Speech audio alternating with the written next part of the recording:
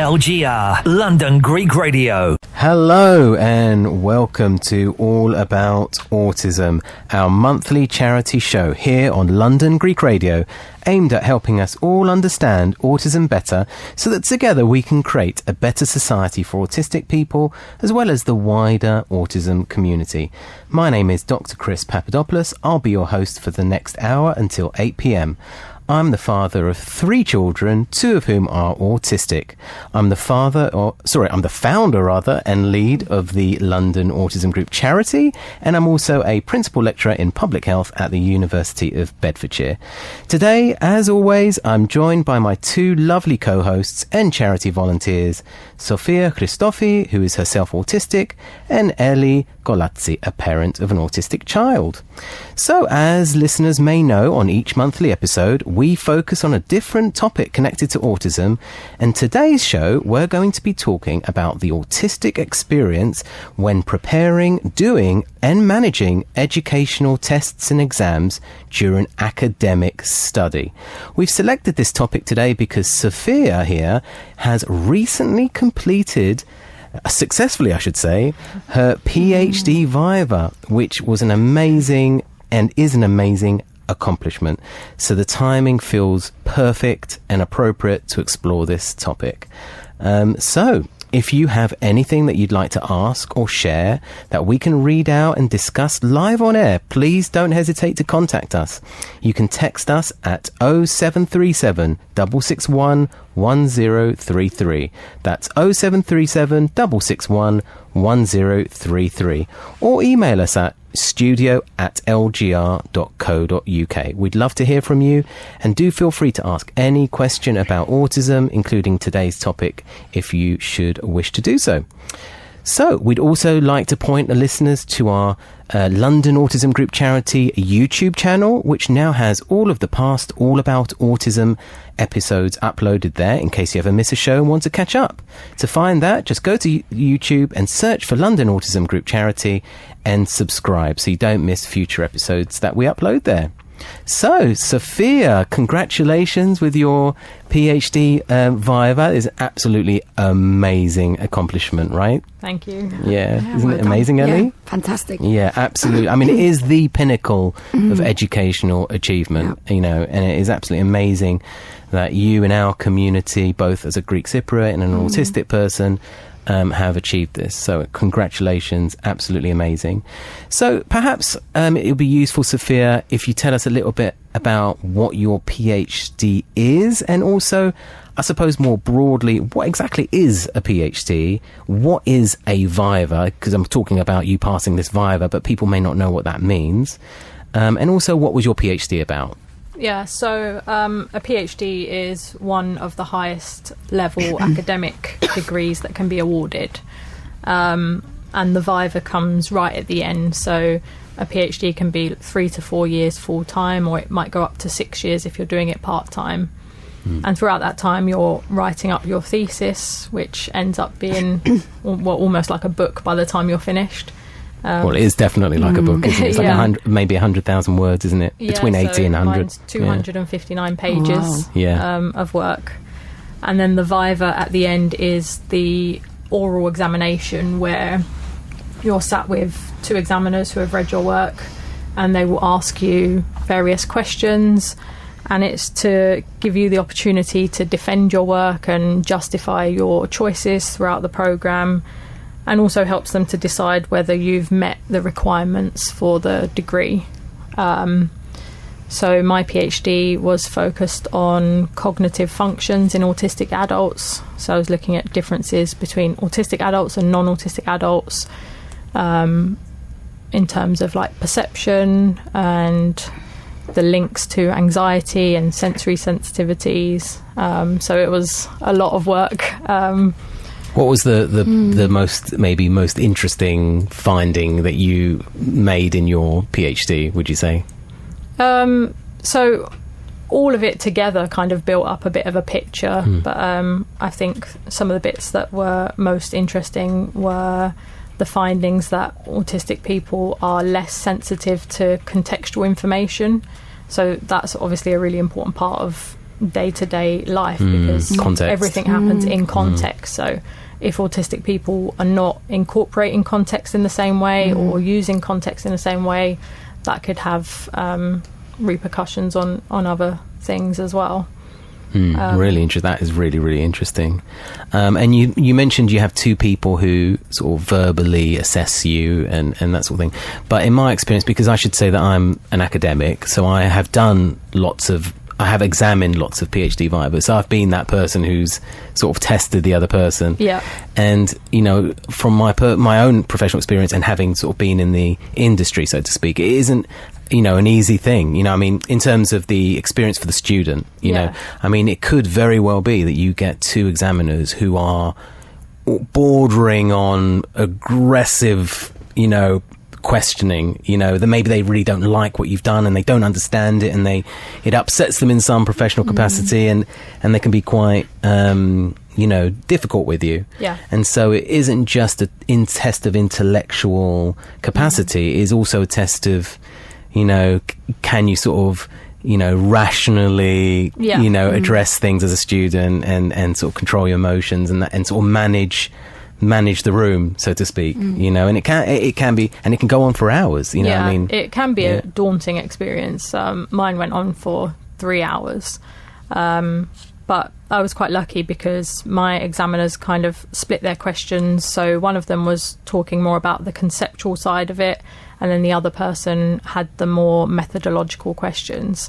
So it was nice to have those kind of two angles rather than too much of one and not enough of the other. But yeah, I was very nervous going into it. Yeah, we'll talk about that. I mean, the whole purpose of this episode is going to be about sort of understanding your experience and what we can all learn from it. I think that is going to be the key thing. But before we get into that, like, why did you want to do a PhD? You know, what was the motivation originally for doing a PhD? I mean that is a hard thing to put on yourself. You know, I mean, not many people choose to do a PhD because it is so, you know, intense. It is very, very difficult. Yeah, I think autistic people actually are probably quite suited to doing PhDs. So when I was at school, although I enjoyed the academic side, I struggled a lot with the environment. So I didn't necessarily think that university would be an option for me. But actually, with all the transition support, being able to go to university and focus on that one thing that you're extremely interested in is really nice. And I think, unfortunately, people, especially autistic people, can have such a bad experience at school that it can put them off further education. But for me, actually going and studying psychology, which is my interest, I really enjoyed doing that. And then when that was finished, I thought, no, it can't finish because there's still more to learn. So I did my master's in research methods in psychology. And then the PhD is basically just taking your special interest and going as deep into it as you possibly can. So it suited you. Yeah. I think if you've got that interest, that intense interest in something, and you really want to delve into it, then a PhD can be a really good way of doing that. And lastly, before we move into your experience, I mean, what do people do with a PhD in general? Like, why would somebody do a PhD? What are they trying to how are they trying to strategize perhaps with their careers going forwards? Like, what would people do with a PhD? What would you do with a PhD? So a PhD is about being able to make an original contribution to knowledge. And then after that, you could go into academia, you could stay in academia, you could go into lecturing, research, some people go into industry. So there's lots of options afterwards. But I think the key component of doing a PhD is finding that gap that hasn't been filled, and your work is what fills that gap. Yeah, but it opens a lot of doors, doesn't it? I mean, if you're somebody that wants to go further into sort of sciencey career, you know, be it sort of in the industry, you know, sort of commercial industry, or maybe in academia or charity sort of research sector, you know, if you want to be a researcher or a scientist, PhD can be, I think that really is your golden ticket, isn't it, to that kind of career. I guess it helps you become an expert in your field, in the thing that you've studied. Yeah. There really is no higher educational... and Ellie, you've done an MSc, haven't you? I have. Yeah. What was that in? Nowhere near anything like a PhD. No, an MSc is still very high level. I just wanted to say congratulations to Sophia, amazing achievement. And also, as a parent, I'd also like to extend it to Mama Maria. So, we all go through our successes and our challenges. So I can just imagine what the kind of journey... that you all went on. Yeah. It's not just one person, it affects the whole family. So the Christophi family, well done to you all. So back to me. So I liked the study because it was in my interest, but I couldn't get on with the loose structure and not routine. I needed a really strong tutor to sort of kick me into line, as it were, to make sure that I was doing my assignments on time, giving them in, and where I was supposed to be, because it was quite intense, because it was a short time. I did it full time, so I had to do a lot in a short space of time and do my work experience and work. So that was really intense. Right. So you were juggling a lot of things. I was juggling a lot of things, and I had to be very routine and schedule driven, and my studies were not. So it was a bit challenging. Well, that's useful to know, because maybe we'll get into what works for certain neurodivergent people and what doesn't work and so forth. So that's good context. I just wanted to ask Sophia about what happened in terms of reasonable adjustments. Did the university try to provide you with anything, and did it work for you? Yeah, so I had a discussion with somebody from the doctoral college about some possible reasonable adjustments that I could have. I think we're going to talk about this a bit later on, but actually one of the things that I found difficult is knowing what reasonable adjustments would be helpful. So they did say what would be helpful for you, but it's not something I've ever thought about. So one of the things that was put in place was that my Viva was done in the morning. I asked for it to be as early as possible, because I know that if I had to get up and spend the whole day waiting, I would be so anxious by the time I got to it, that for me it works much better to get it done in the morning. There are also other adjustments as well that can be made, so you can have additional breaks if you need. There's quite a variety of things that... And they were quite accommodating to that. Yeah, I find that it's interesting. I think in university it seems that reasonable adjustments and things, they're much more forthcoming than they are when you're at school. At school it feels a bit more like you have to fight for the things that you need. Yeah. Whereas I've noticed since being at university, they're much more willing to tell you what's available. But yeah, I guess one of the things that I find hard is knowing what would be good for me. So if it was a traditional exam, then I would have things like extra time, separate room, and all those sorts of things. But the Viva is slightly different because it is just you and the examiners. Yes, I think that's a really interesting point, that you don't necessarily know what will be useful for you in terms of doing the Viva, right? In terms of doing the actual PhD. How would you know, because you've never been through it? You've never done it before. Yeah, you've never been through it. So, I think it's incumbent then on universities to think outside the box about this. I think we're going to get into this a little bit later on in terms of what universities might want to do to up their game with this sort of thing. But having raised the point, I think, perhaps one idea is that universities can sort of assign some sort of mentor that has been through it, I know you get a PhD supervisor, but ideally you'd want a mentor or somebody who's neurodivergent, has gone through it, or has had maybe not necessarily neurodivergent, but has some sort of reasonable adjustment requirements, and has gone through the process that could guide you from their perspective. That way you're kind of getting the benefit from somebody who's gone through it, and you can probably get more perspective on what might work for you. So having a bit of insight into what to expect as close as possible. So actually another reasonable adjustment that was made was I was told what the first question would be, so the opening question, so that I didn't have to go in and then suddenly be faced with this question and not know how to begin. So they gave you that before? Yeah, so I knew that the first thing that I would be asked would be something along the lines of describing the PhD, how I got to that point. And then the other questions followed from there. But once I'd sort of settled in, then it was easier to answer the questions.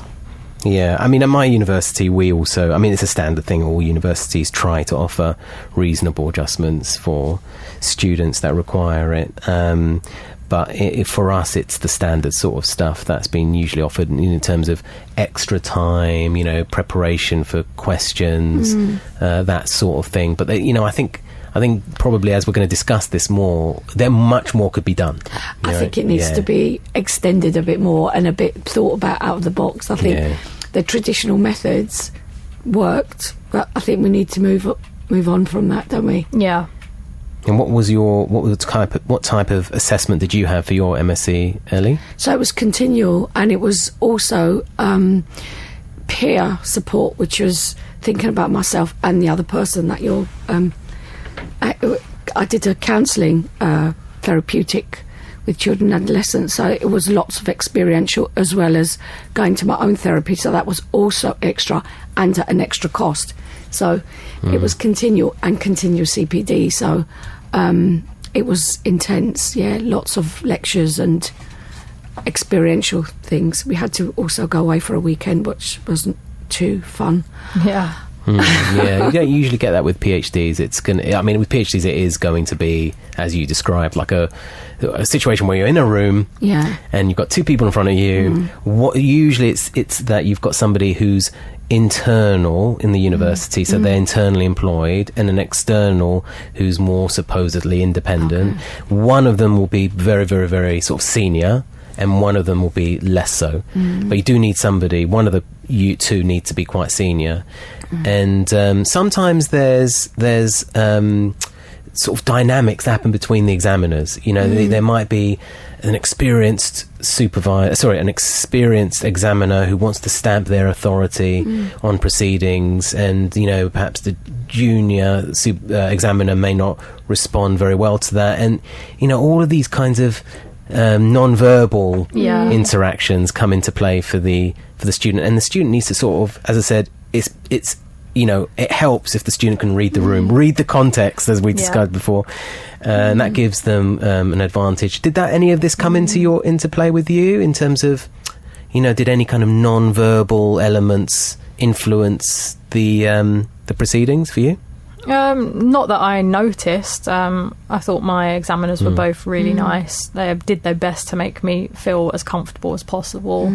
And there wasn't sort of any obvious disagreement between the two of them.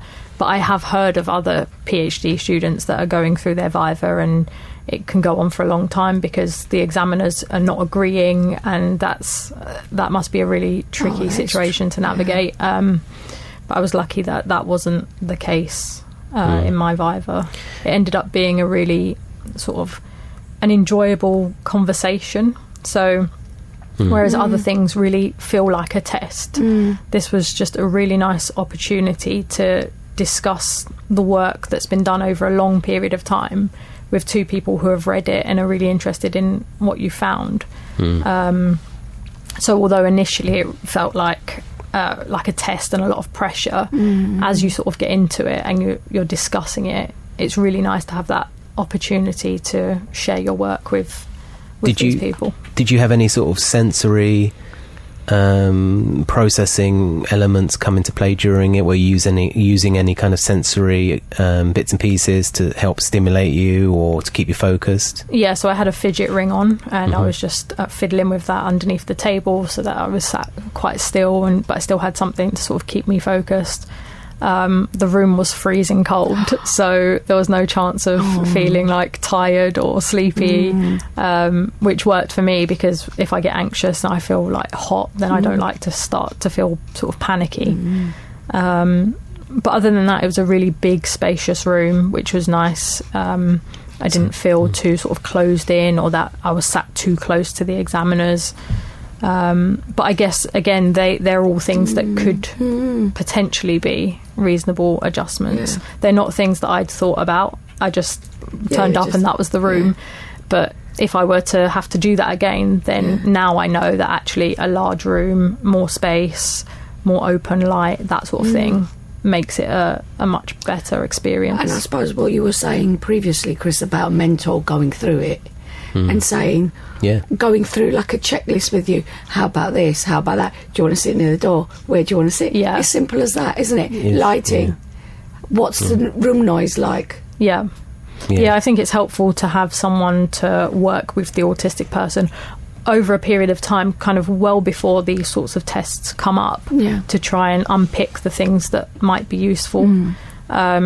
So, like, for example, they did say that I could have extra breaks if I wanted, but actually once I got there and I was doing the Viva, I realised that even if I wanted a break, I wasn't sure how I would ask for it. Exactly. So because I didn't feel comfortable saying I need a break now, I just didn't. But we did have a natural break in the middle. But yeah, there's things like that come up that you don't really think about beforehand either. So would there have been could I have had like a little sign with my supervisor where if I made a gesture and she would know, right, that means I need a break, without me having to say, I need a break now. So I mean, this is the kind of thing that universities, I think, need to work into their procedures. You know, the onus shouldn't be on you to have to, do all this work. You should be supported. This should be part of the reasonable adjustments package, so to speak. But we'll talk more about that after the break in terms of what more universities could do, and also in terms of just the entire idea of a PhD Viva. Is it right for an autistic person? Do we need to think about an alternative approach to a verbal-based kind of assessment? We'll talk about that after the break.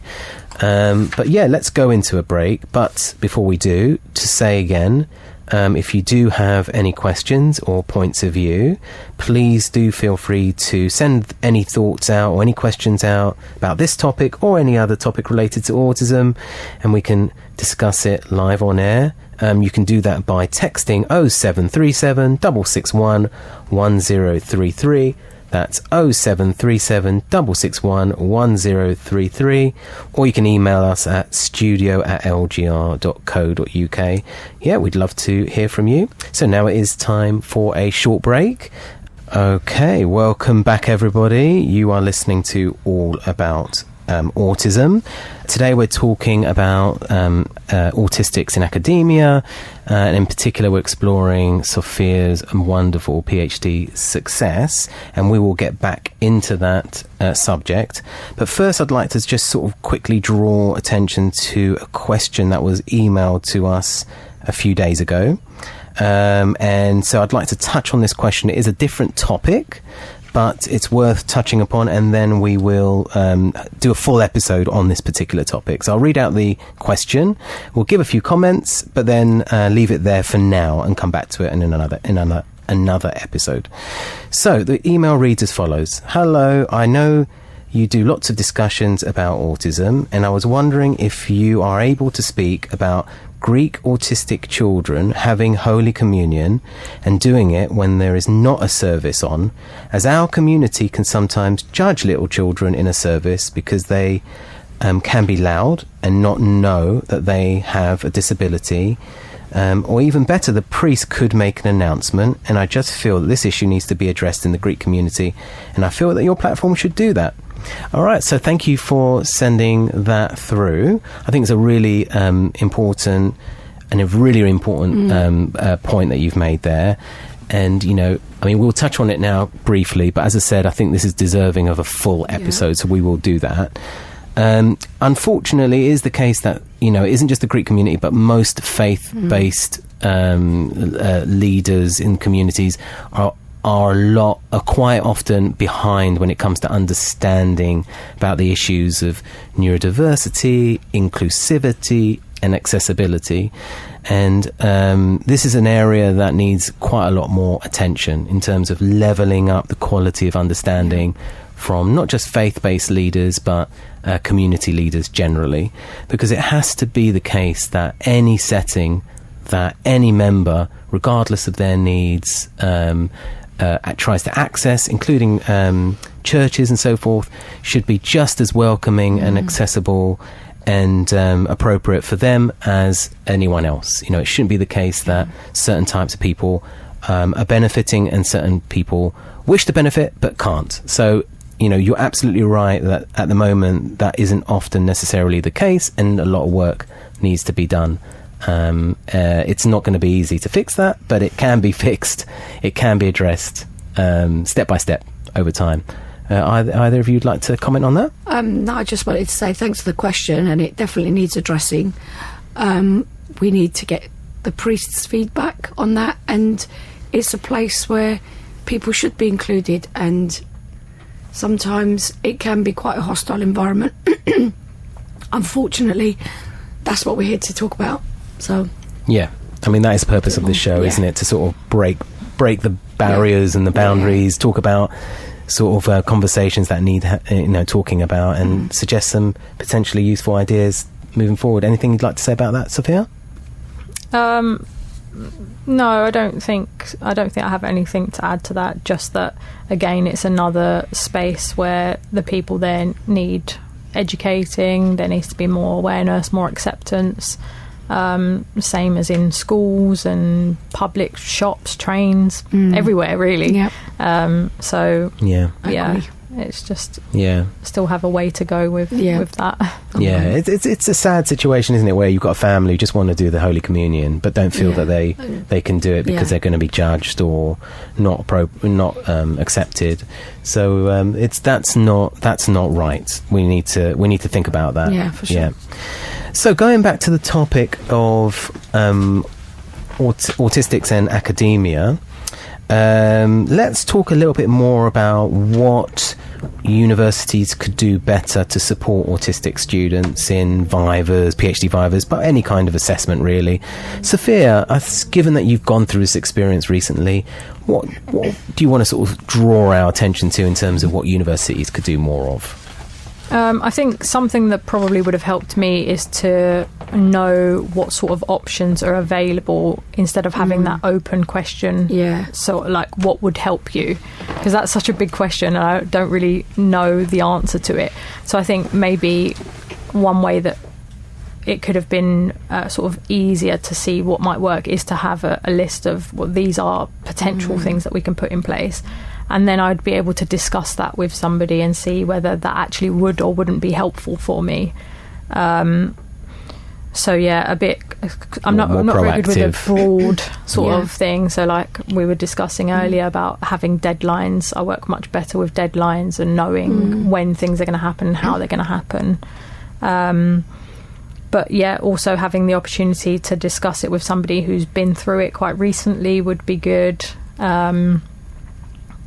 Yeah, I guess it's very much down to the individual, but I think it's about working with the person well in advance of tests and vivas and things to establish what's going to be helpful for them rather than it being so close to the actual thing.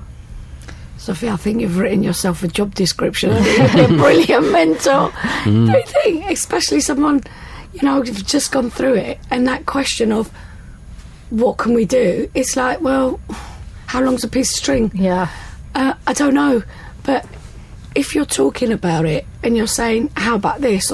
It kind of jolts you into thinking, yeah, actually, I'm not comfortable sitting in a particular space. Could I do this? Possibly. It could be a possibility. So you'd be great. A lot of universities, I mean, I think probably almost all of them have now, or they should have, what are called sort of EDI teams, right?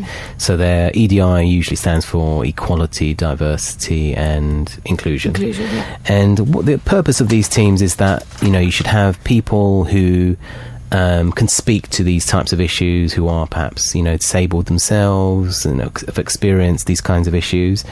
And, the purpose of it is to have these people guide the universities forward to make the whole experience, inside out, in all elements, be as inclusive as possible.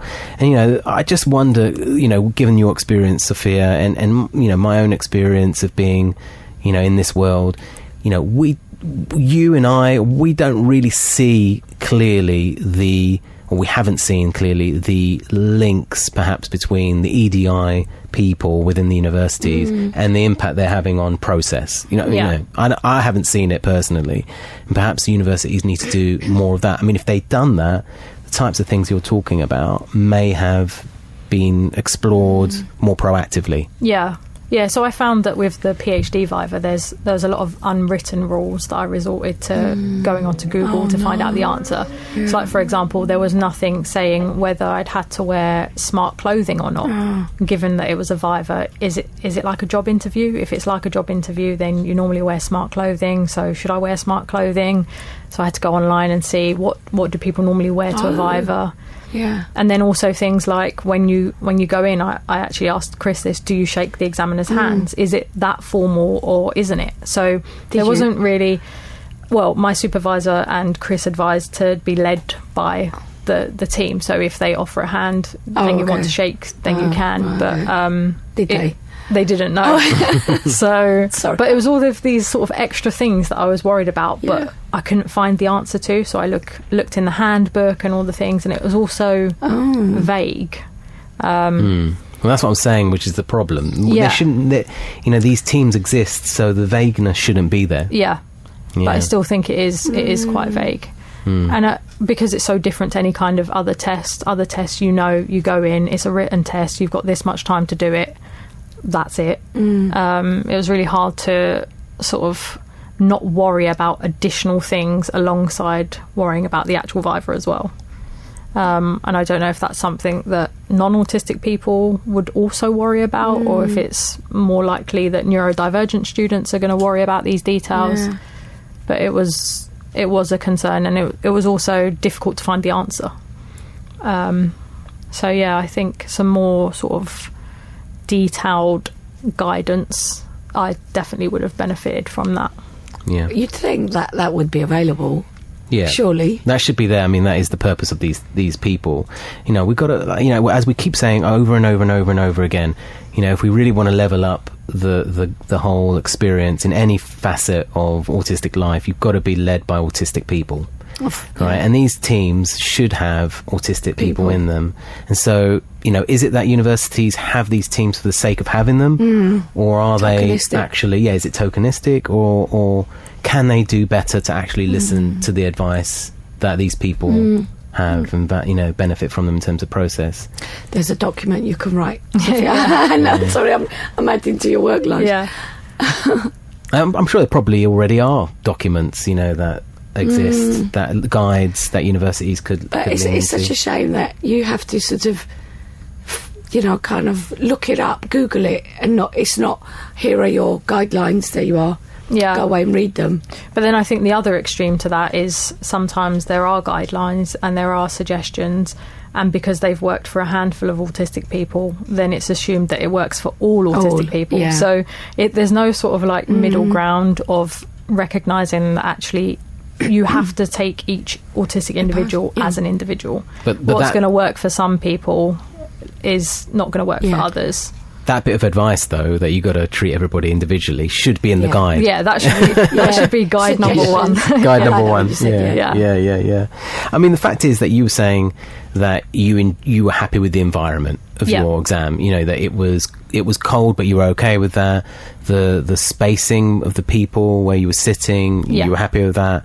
But that is all just accidental, right? I mean, you got lucky, Sophia, with that, and it shouldn't be the case, right? So, Ellie, it should not be the case that it's just down to luck. That could have easily been managed. But also, that's an extra stress. So even before you've got down to the nitty-gritty of your work, you're wondering where to sit, what to shake the hand, those kind of pre-social things that you might expect, but that should be already given to you. And it's one of the things that I didn't consider when I spoke to the doctoral college and they said, what would help you? I didn't think about the room at all, but actually Chris is right. By accident, it was a very good room. But had I got there and it was a tiny room and we were all sat very close to each other and it was really hot and there was like no natural light and it was all sort of artificial lighting, and it would have been a whole different experience. But I only know that having done the Viva now, whereas it would have been helpful if, whilst discussing reasonable adjustments, somebody said something like, are you particular about where you like to sit? Do you have a preference for how big or how small the room's going to be? And of course it might be the case that they can't accommodate everything, but just it gets you thinking about the things that might be helpful, rather than that open question of what's going to help you when I'm not really sure that I know myself. Exactly.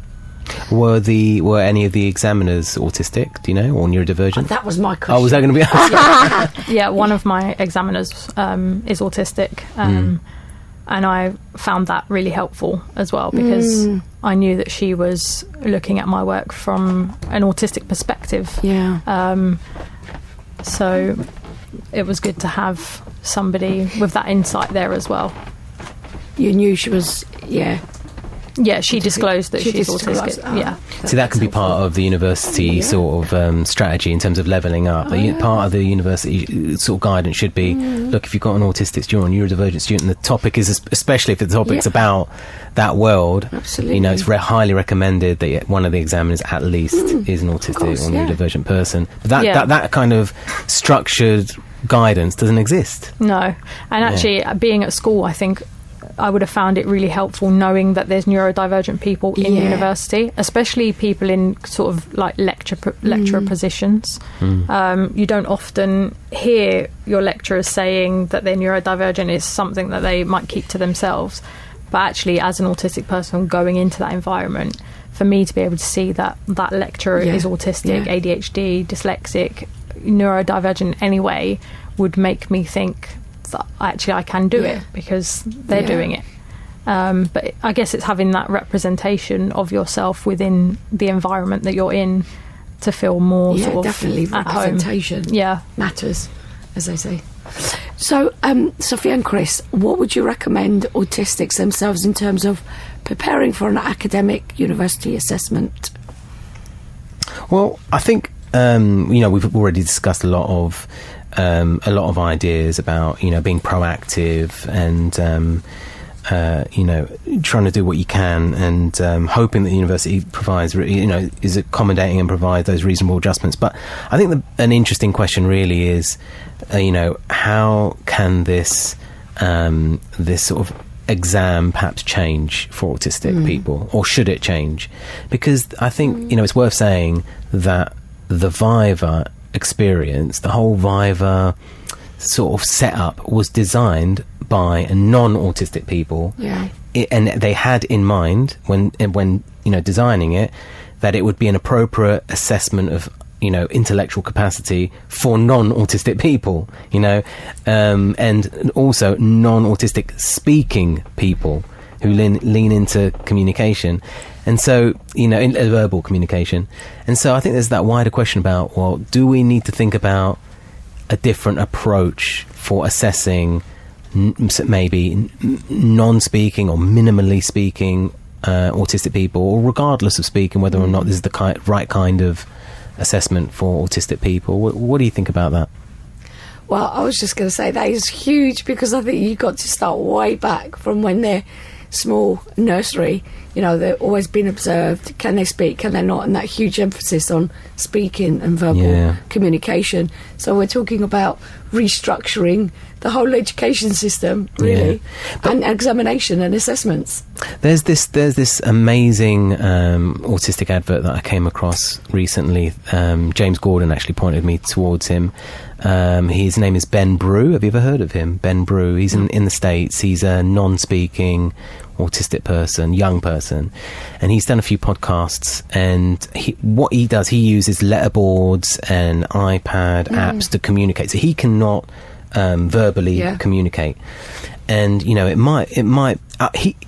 reality is that he explains through these apps. So he will type out what he's thinking, and the apps will speak it out, essentially. But what he says is that he was always felt extremely judged and stigmatized for not being able to speak, and that his intellectual capacity has been ignored or underappreciated, overlooked. And so someone like him in the current system would never think or never be supported to go down the road of a PhD, especially since the whole thing is set up for verbally communicative people. And when actually this, if you listen to this person, who I recommend, that's Ben Brewer, but there's lots of other advocates like that, you'll see actually that, incredibly intelligent, loads of potential, just like everyone else, but just has a different form of communication style. And why shouldn't universities have got lots of money, they've got big teams, they've got big ability to make adjustments, and I agree it's a big thing, but it can be done, and it should be, I think, morally. I don't know, what do you think, Sophia? I think we do have to do more to make the world more accessible for autistic people, and everything in the world is designed for non-autistic people, so we need to start listening to autistic people and seeing what helps them, and redesign things so that we're included in society as well and able to do the things that other people are able to do. What do you think would have suited you, Sophia, in terms of an assessment? Would it have been something more structured or less verbal based or something else? So I think, again, it will come down to each autistic person, because I know some autistic people that would much prefer to articulate and speak verbally about their work compared to writing it down. And I know others who are much more keen on having hundreds of pages of written work but don't want to talk about it. I preferred that the majority of it was written, and it was okay for me that there was some verbal element to it, but I wouldn't have liked that to have been the main assessment. I'm much more comfortable writing and being able to change things than having to stand and talk about the entire thing. But it's about not assuming that somebody's going to be able to do something in a particular way without seeing if that works for them. Yeah. There's also the issue of eye contact in a viva. A lot of it is down to how does that person connect with the examiners, as we said before. And if an examiner, I think this is the advantage of having an autistic or neurodivergent examiner who gets it.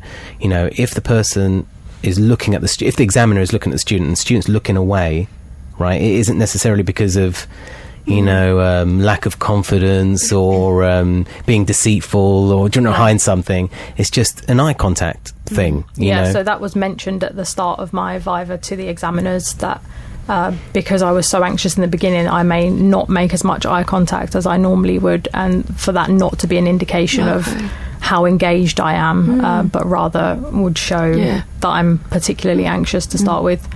But autistic people definitely shouldn't be penalised for things like that when it's normal autistic behaviour. Yeah. So a call to action basically to universities to level up their game, be more proactive, don't assume that the standard viva assessment processes apply, in fully and, in the same way it would for autistic people as it would for non-autistic people, and perhaps even think about restructuring the way they assess autistic people, especially I think I know it's a big one, but non-speaking autistic people, I think, deserve the opportunity to go down whatever academic path they wish, and at the moment it just is not designed for them at all. All right then, before I wrap up, is there anything else that you'd like to add on this topic, either of you? No?